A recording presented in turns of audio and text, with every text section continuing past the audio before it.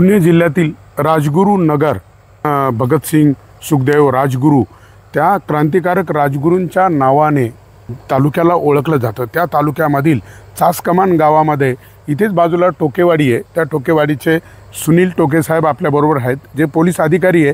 2023ला ते सेवानिवृत्त झाले, परंतु 2013 पासून त्यांना पूर्ण महाराष्ट्र ओळखतो। त्यांनी भ्रष्टाचाराच्या विरोधात जो आवाज उठवला, म्हणजे ज्या पोलीस प्रशासनामध्ये स्वतः नोकरी करताय, म्हणजे पाण्यात राहून मगरीशी वैर करायचं, त्याच प्रशासनातील वरिष्ठ अधिकारी IPS अधिकारी त्यांच्या विरोधामध्ये बंड करणारा, दंड थोपटणारा आणि थेट न्यायालयामध्ये याचिका दाखल करणारा एक क्रांतिकारक म्हणून सुनील टोके साहेबांकडे पाहिलं जातं। मागच्या वेळेस आपण त्यांना भेट दिली त्यांच्या गावाला, आणि आता आम्ही पुण्याला आलो आहे कृषी आयुक्त कार्यालयामध्ये। आज आमची सुनावणी आहे, तर त्या सुनावणीसाठी आलो आहे। तर मग रात्री त्यांच्याकडे आम्ही मुक्काम करण्याचा योग आला। मला साक्षात सुखदेव राजगुरू भगतसिंग यांना भेटल्यासारखं वाटलं, कारण आपण नेहमी महाराष्ट्रभर व्याख्यानांच्या माध्यमातून आपण बोलतोय, मैं भगतसिंग बनने निकला हूँ, मुझे तलाश है सुखदेव और राजगुरू की।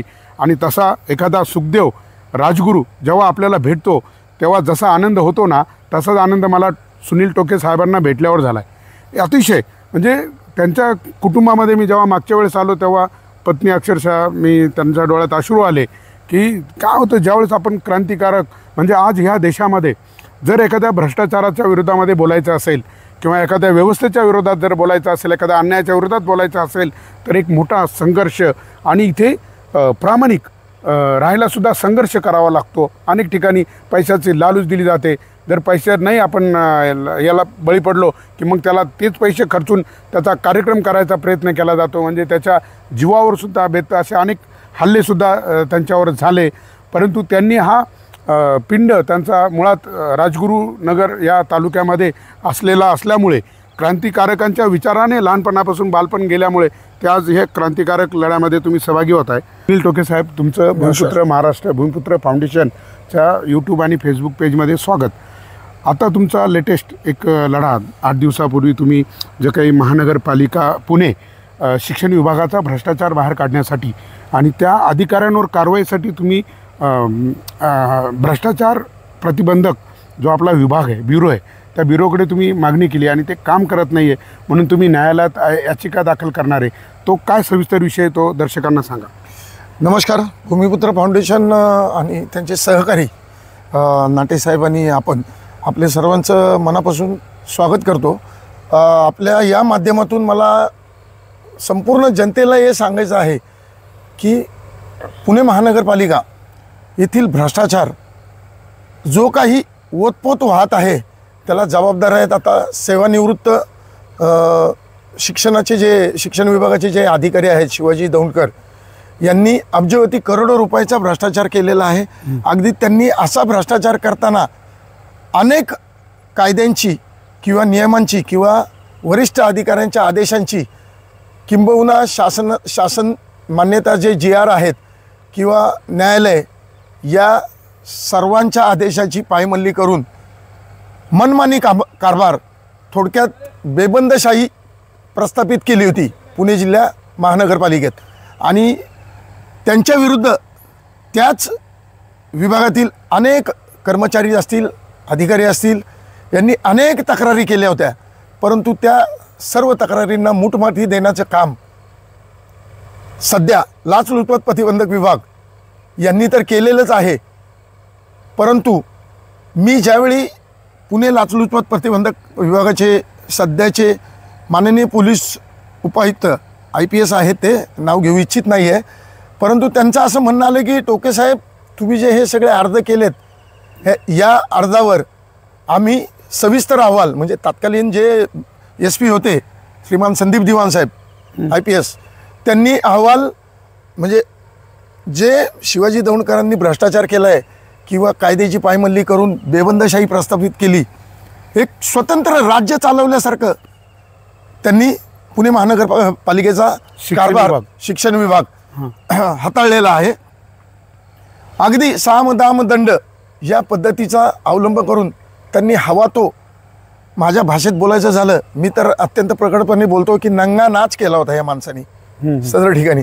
आणि या नंगा नाचाला साथ देणारे वरिष्ठ IAS अधिकारी आणि IPS अधिकारी यांच्या अभद्र युतीच्या जोरावर शिवाजी दौंडकरांनी छत्रपती शिवाजी महाराजांच्या नावाला जो काळिंबा फासण्याचा प्रयत्न केलेला आहे तो अगदी 100% निषेधार्थ नक्कीच आहे आणि त्यांचा निषेध करावा तितका कमी आहे.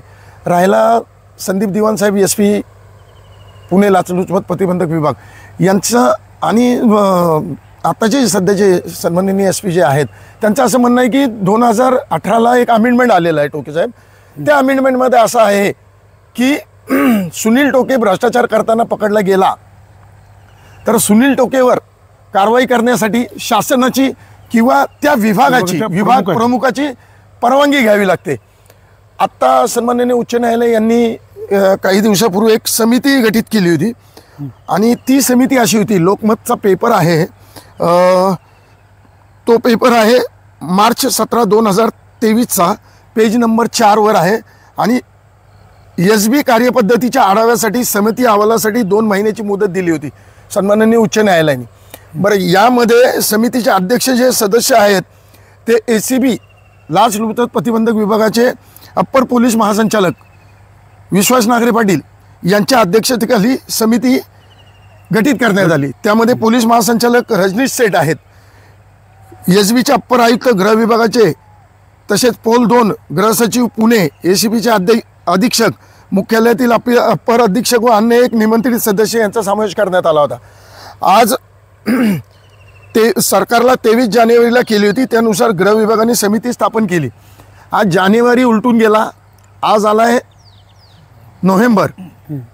इतके दिवस आता जर सन्माननीय उच्च न्यायालयाचा आदेशाचा किंवा त्यांनी दिलेल्या गाईडलाईन्सचा जर फरक सन्माननीय महाराष्ट्र राज्य शासनाचे गृहमंत्री देवेंद्र फडणवीस किंवा सध्याचे पार्ट 2चे ट्रिपल इंजिन सरकारमधील शिंदेसाहेब किंवा उपमुख्यमंत्री अजितदादा यांनी यावर काय केलं हे विचारण्यासाठी किंवा ह्या अँटी करप्शनचा जो कारभार आहे किंवा जे नागरे पाटील माहितीच्या अधिकारात म्हणतायत की विभाग प्रमुख पुण्याचे महानगरपालिकेचे आयुक्त यांनी ती परवानगी नाकारली, म्हणजे कारवाईसाठी आम्हाला हे केलं नाही आणि आम्ही SBनी तर त्यांना सांगितलं की यांच्यावर शिवाजी दौंडकरवर कारवाई करावा आणि असा बेसिक अहवाल, लेखी अहवाल तत्कालीन SP Pune anti corruption bureau यांचे जे संदीप दिवाण साहेब आहेत त्यांनी दिलेला असताना सुद्धा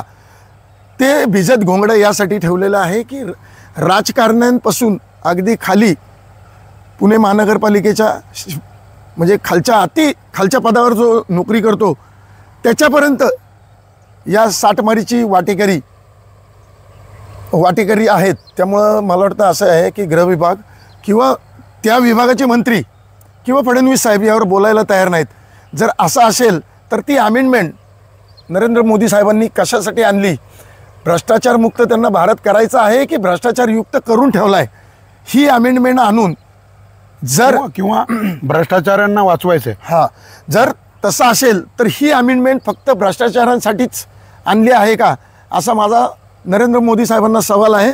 आणि महाराष्ट्रातल्या राज्य शासनाला सुद्धा हा प्रखर सवाल आहे की या अमेंडमेंटमध्ये जे काही तुम्ही कॉस्ट टाकलेत मग ते भ्रष्टाचारी कसे, जर मंत्रालय त्यांच्या हाताखालील IAS IPS अधिकारी किंवा क्लास 1 क्लास 2 क्लास 3 क्लास 4 अधिकाऱ्यांपर्यंत जर कारवाई करण्यासाठी त्या विभागाचे प्रमुख जर नागरे पाटलांना म्हणजे हे करत असतील, निग्लेक्ट करत असतील, तर मग अँटी करप्शन कशाला हवं?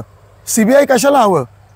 ह्या गोष्टीच कशाला पाहिजेत? करोडो रुपयाची आज लोकांच्या टॅक्समधून जो मी पगार घेतला किंवा आता नागरे पाटील साहेब पगार घेत आहेत किंवा अँटी करप्शन या ब्युरोक्राट्सला किती खर्च होतोय शासनाचा, यावरही मोदी साहेबांनी विचार करायला पाहिजे होता.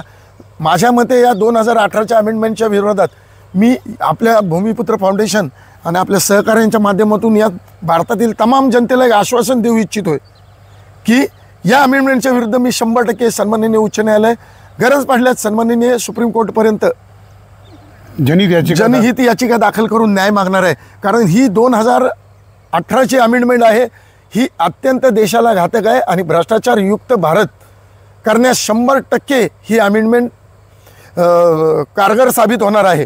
कारण आज नगरे पाटील साहेब स्वतः म्हणतायत की आम्ही 280 लोकांवर कारवाई करण्यासाठी गृह विभागाला कळवलेलं असून सुद्धा गृह विभागांनी आज तागायत आम्हाला पूर्व परवानगी दिली नाही. याचाच अर्थ ही अमेंडमेंट याच्यात कदाचित ह्या 280 मध्ये राजकारण्यांचा 100% पाठिंबा आहे.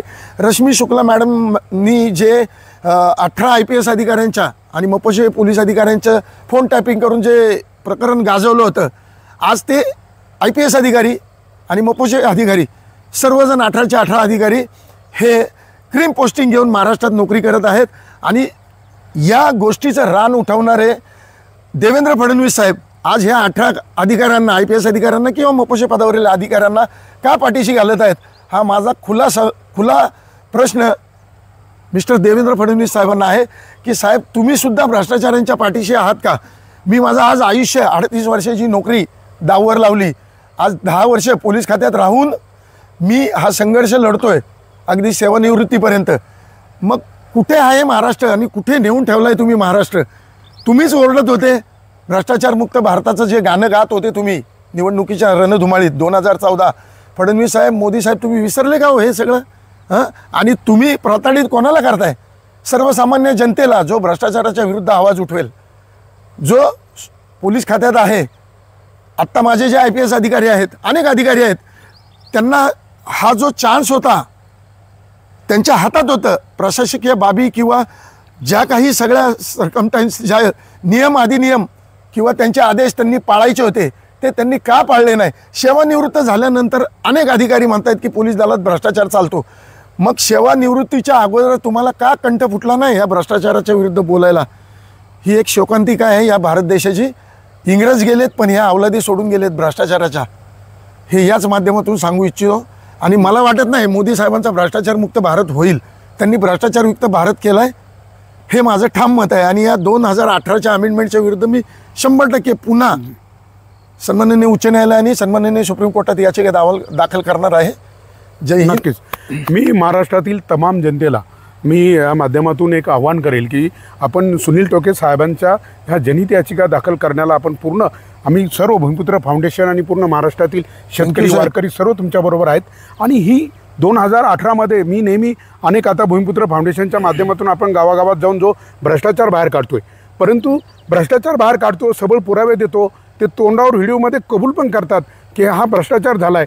गावांमध्ये कामं नुसते कागदावर झाले, प्रत्यक्षात कामच नाही. एवढा प्रखड आणि डोळ्याने दिसत असलेला भ्रष्टाचार, मग त्या भ्रष्टाचारांवर पुढे काय होतं, त्यांचं कारवाई का होत नाही? एखाद्याला ट्रॅप केलं, रंगे हात पकडलं. रंगे हात पकडणं म्हणजे जेव्हा ती एक पावडर आपण विशिष्ट प्रकारची ती त्या नोटेला लावतो आणि त्या नोटा जेव्हा हातात घेतल्या आणि ते मग हात पाण्यात बुडवले की ते लाल कलरचे होतात, म्हणून त्याला आपण रेड हँड म्हणतो. असे रेड हँड पकडलेले अधिकारी परत मोकाट सोडून दिले जातात आणि त्यांना प्रमोशन दिलं जातं, रुजू केलं जातं. आणि 2018ला जी अमेंडमेंट झाली 17A आणि 19 या 2 कलमांमध्ये 17मध्ये घुसवलं त्यांनी आणि 19 त्याच्यामध्ये अमेंडमेंट केली. मग ही अमेंडमेंट का केली? ह्या भ्रष्टाचार प्रतिबंधक जो 1988चा जो कायदा आहे त्या कायद्यात ही अमेंडमेंट का केली? माननीय पंतप्रधान नरेंद्र मोदी साहेबांना जर हा देश भ्रष्टाचारमुक्त करायचा आहे आणि त्यांच्याच पावलावर पाऊल देऊन चालणारे आमचं शिंदे साहेबांचं सरकार, माननीय मुख्यमंत्र्यांचं, तेही त्याच पावलावर म्हणते की हा महाराष्ट्र आम्हाला भ्रष्टाचारमुक्त करायचा आहे. मग कसा? म्हणजे एकीकडे तुम्ही म्हणताय की भारत देश आपण भ्रष्टाचारमुक्त करूया आणि दुसरीकडे तुम्ही 2018ला तुमच्याच सरकारमध्ये, केंद्रात राज्यात तुमचंच सरकार होतं, मग तुम्ही ह्या अमेंडमेंट का केल्या? ह्या अमेंडमेंटमध्ये काय होतं? समजा आता सुनील टोके साहेबांनी जर भ्रष्टाचार केला आणि जेव्हा यांच्यावर कारवाई करायची आहे, ह्या लाचलुचपत प्रतिबंधक ज्या कायद्याअंतर्गत जर यांच्यावर कारवाई करायची असेल त्या अँटी करप्शन ब्युरोला, तर त्यांना यांच्या वरिष्ठ अधिकाऱ्याची परवानगी घ्यावी लागते यांच्या विभागाच्या, की यांच्यावर आम्हाला कारवाई करायची आहे किंवा यांचं चार्जशीट आरोपपत्र दाखल करायला त्या विभागाची परवानगी लागते. आणि तो विभाग यांना काही परवानगी देत नाही. एखादा जिल्हा परिषदेचा अधिकारी पकडला, त्याच्यावर कारवाई करायला जिल्हा परिषदेचा अधिकाऱ्याची परवानगी घ्यावी लागते. एक वेळ हे पोलीस खात्यामध्ये होतं, कारण मी जेव्हा शर्मिष्ठा वालावलकर मॅडमशी जेव्हा भेट झाली, त्यांनी सांगितलं की पोलीस खात्याकडनं लगेच कारवाईचे वरतून परवानगी मिळते, परंतु इतर विभागामध्ये ती परवानगी का मिळत नाही?